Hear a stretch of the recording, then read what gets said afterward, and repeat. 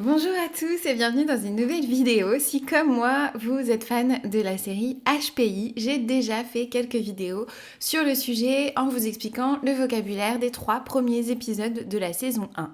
Mais hier, la saison 5 a démarré et je ne pouvais pas m'empêcher de vous aider à mieux la comprendre. Donc, je vous ai fait un petit résumé de tous les mots de vocabulaire essentiels et peut-être difficiles qui vont vous aider à comprendre cet épisode 1 de la saison 5. Et attention, il se passe plein de choses.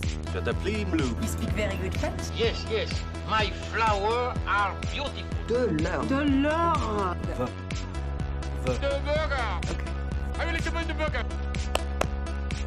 Si tu ne me connais pas encore, moi je m'appelle Marion, je suis professeure de français langue étrangère et j'aide les apprenants du français à mieux comprendre le français parlé dans les films, les séries et dans la vraie vie. Et HPI, c'est pour moi une série vraiment très pratique parce qu'on va avoir différents niveaux de langue, différents types de personnages, différentes manières de parler et ça en fait une série très intéressante.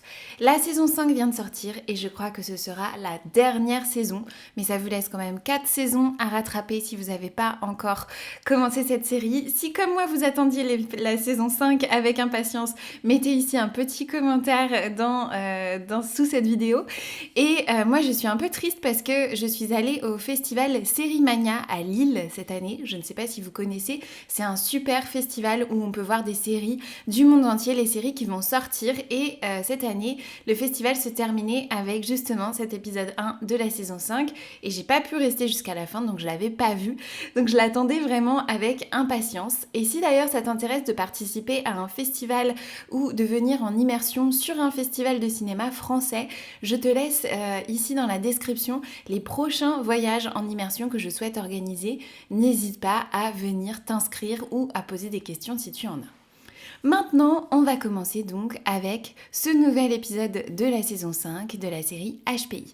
Dans cet épisode, on retrouve Morgan et Karadec, bien entendu. Et cet épisode, il est un peu rythmé. On a un compte à rebours de 24 heures dans lequel on va suivre tout ce qui se passe. Vous le savez, à la fin de la saison 4, Morgan et Karadec, attention, spoiler, si vous n'avez pas encore vu la saison 4, vous pouvez arrêter maintenant cette vidéo. Donc à la fin de la saison 4, Morgan et Karadec ont un bébé ensemble et Morgan se fait virer de sa maison. Donc toute la tribu de Morgan, ses enfants, le bébé, etc. viennent habiter chez Karadec. Et donc vous imaginez que Karadec, avec son comportement très organisé, très bien, tout est millimétré, tout est rangé, etc. Ça va un petit peu le déstabiliser. Le fatiguer aussi, on comprend que ces 3 premiers mois de bébé ont été très fatigants pour nos 2 personnages principaux qui, dans ce nouvel épisode, doivent reprendre le travail et avaient complètement oublié que c'était aujourd'hui qu'ils reprenaient le travail. Et cet épisode va commencer donc avec une scène de crime un peu spéciale et beaucoup de retournements de situation. Un épisode très sympathique, j'ai beaucoup aimé. On y va, je vous emmène vers le vocabulaire de cet épisode. On va donc commencer autour du vocabulaire de la maternité et tout ce qui est reprise du travail et aussi tout le quotidien de ces 2 nouveaux parents. On commence donc avec reprendre le travail donc après une période où on est en congé, donc par exemple un congé maternité ou un congé paternité, on a repris le travail. Ça peut aussi être après des vacances, mais oui, si ça marche, on peut aussi le faire après des vacances, après une longue période de vacances, après un congé, etc. On va reprendre le travail. Ensuite, on a gardé un enfant. Tout cet épisode se déroule autour de cette pression puisque Morgan et Karadec n'ont pas encore trouvé de manière de garder leur enfant. Ils commencent la crèche le jour suivant. La crèche, c'est l'endroit où on garde les très jeunes enfants avant l'école, donc jusqu'à 3 ans en général. Ils peuvent aussi bien sûr être gardés par une assistante maternelle ou par des membres de la famille. Donc Morgan et Karadec, vous entendrez parfois cette expression, ils n'ont pas de solution de garde pour faire garder leur fils dans cet épisode. Donc ça ajoute un petit peu de tension dans l'épisode et dans la vie des autres personnages. Une autre manière de dire le mot enfant, c'est mioche. Attention, un peu comme gosse d'ailleurs. Je sais que parfois vous aimez bien utiliser gosse, mais c'est quand même des mots qui sont assez familiers et assez péjoratifs. Les gosses, les mioches. Il y a un côté un petit peu péjoratif, un peu dépréciatif, quoi. Donc, si vous aimez vos enfants, c'est parfois un peu bizarre de dire mon gosse ou mon mioche. Allaitement, si vous aimez vos enfants, je sais pas pourquoi j'ai dit ça, tout le monde aime ses enfants, j'espère. Ok, on continue avec l'allaitement qui sera aussi un gros sujet de cet épisode. L'allaitement, donc Morgane va allaiter son enfant, c'est-à-dire qu'elle va lui donner le lait maternel à partir de ses seins. Donc on appelle ça allaiter, c'est l'allaitement. On a le mot lait, vous voyez, au milieu. Donc c'est nourrir son bébé au sein. Et le verbe, ce sera allaiter. Il y a beaucoup de choses autour de ce sujet dans cet épisode, vous comprendrez pourquoi. Et donc, certaines choses que font par exemple les mamans quand elles retournent au travail et qu'elles ne peuvent plus allaiter directement leurs enfants, elles peuvent tirer leur lait. Donc, tirer son lait avec un tire-lait. Ce sont des machines qui permettent de tirer le lait maternel pour le conserver et ensuite le donner à son bébé. Et ensuite, il y a les montées de lait, une montée de lait. Je vous le donne parce que dans l'épisode, on en parle. C'est quand le lait arrive au sein des mamans et ça commence à s'engorger. Elle le dit aussi parfois dans l'épisode. Ça veut dire qu'il y a trop de lait et il faut le donner au bébé ou le tirer. Un autre mot qui est intéressant ici dans cet épisode et intéressant pour vous dans votre vie quotidienne en France, c'est l'acte de naissance. L'acte de naissance, c'est un papier officiel qui vous permet d'attester de votre naissance, de où vous êtes né, quand vous êtes né, etc. Donc l'acte de naissance, on peut vous le demander aussi si jamais vous allez faire d'autres procédures administratives en France, on peut vous demander de récupérer votre acte de naissance. Être en boucle sur, j'adore cette expression, vous êtes en boucle sur quelque chose ou il est en boucle sur quelque chose, ça veut dire soit il en parle tout le temps, soit il y pense tout le temps ou c'est un sujet qui revient en permanence. Par exemple, dans cet épisode, Morgane, elle est clairement en boucle sur l'allaitement ou sur la garde de son enfant. Donc, par exemple, ici, il est en boucle sur son examen depuis une semaine. Donc, être en boucle sur quelque chose. N'hésitez pas à faire des tests dans les commentaires si vous voulez utiliser certaines expressions. Je vous dirai si ça marche ou pas. S'impatienter, c'est un mot que j'imagine que vous connaissez, en tout cas vous connaissez le mot patienter et le mot patient. Donc s'impatienter, ça veut dire perdre patience, manifester son agacement face à l'attente. Les clients s'impatientent dans la file d'attente. Il n'était pas dans son assiette. Ça veut dire qu'il n'était pas dans son état normal, il se sentait mal. Je pense que c'est une expression que vous connaissez, mais vous allez pouvoir l'entendre ici dans cet épisode. Donc quand on n'est pas dans son assiette, ça veut dire qu'on n'est pas très bien, pas très en forme. Ça le fait pas aujourd'hui, donc il y a un moment où Morgane elle essaie d'utiliser son super pouvoir HPI pour essayer de faire des liens entre les choses et ça marche pas parce qu'elle est trop fatiguée et elle dit ça le fait pas aujourd'hui, ça veut dire c'est pas le bon moment, ça fonctionne pas, ça le fait pas aujourd'hui. Avoir un mal de chien à faire quelque chose, avoir beaucoup de difficultés à faire quelque chose, une expression avec un animal encore. Si vous n'avez pas vu ma vidéo sur l'expression comme un rat mort, vous pouvez la mettre de côté pour plus tard. Avoir un mal de chien, donc encore une expression avec un animal qui veut dire que c'est quelque chose de très difficile à faire. Être pépouse. Morgane, à un moment, elle dit « Ah, on va faire ça, pépouse ». Pépouse, ça veut dire, ça vient un peu de pépère aussi, détendu, tranquille, décontracté. On va se regarder une petite série télé, pépouse, tout va bien. Très Morgane comme manière de parler. Un autre mot qu'elle utilise beaucoup dans cet épisode, c'est fissa. Fissa, ça veut dire tout de suite, maintenant, rapidement, il faut qu'on termine ce travail, fissa.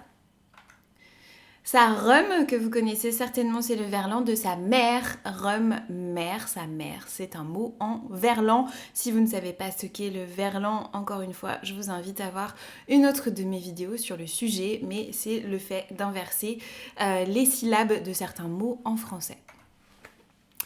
Passer l'arme à gauche, qui est une expression pour dire qu'on va, pour pour dire mourir.